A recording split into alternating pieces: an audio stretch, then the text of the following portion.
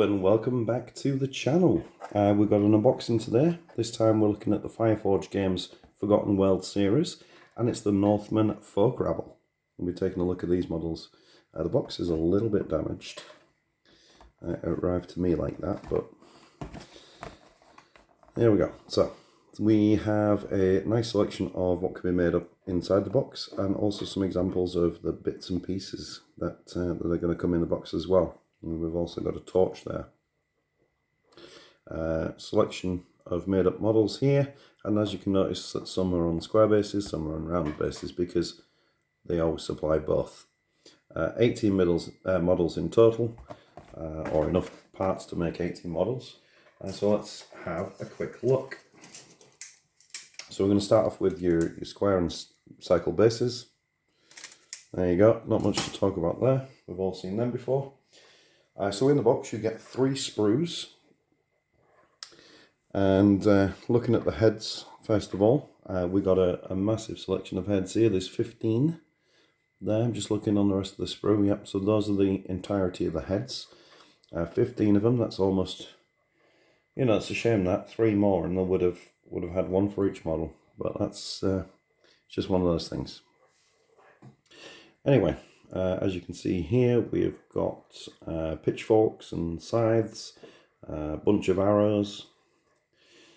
We've got the axe, a basket, and then we've got the bucket as well, which obviously comes in the 2 sections. Just join those both together.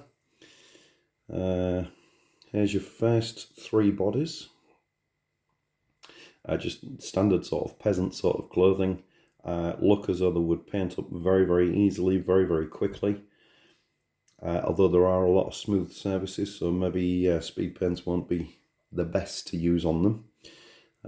Just going over here, we've got a shovel and a couple of pitchforks.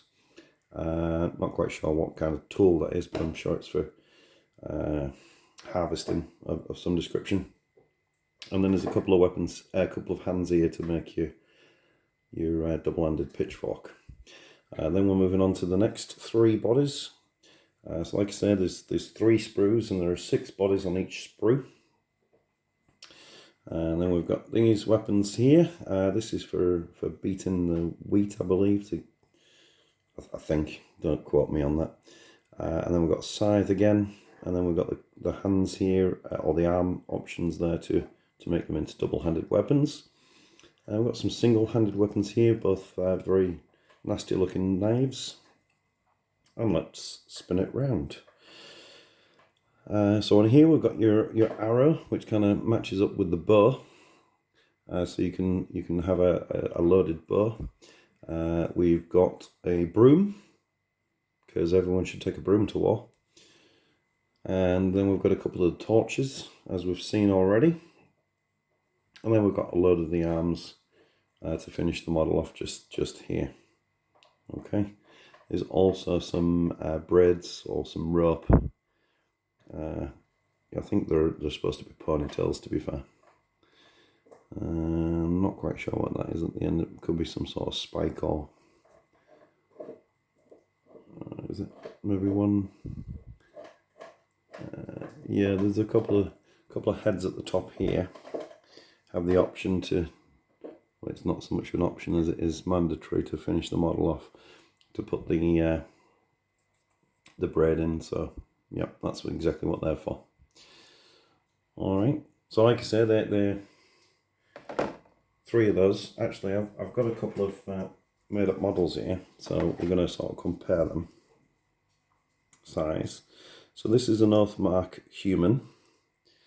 So as you can see, scale wise, it's almost identical. There we go. And then I've also got a Frostgrave wizard, which is probably slightly shorter, although there's probably not a lot in it by the time you get them on his other base. Actually, no, it's pretty good sizing. So hopefully that'll give you an idea of just kind of what type of games they'd work it well within. And there's the other 2 sprues there. Like I said, they are both identical. Anyway, that'll about do us for this evening. Hope you've enjoyed. Please like and subscribe if you'd like to see more content. And hopefully I shall catch you in the next one.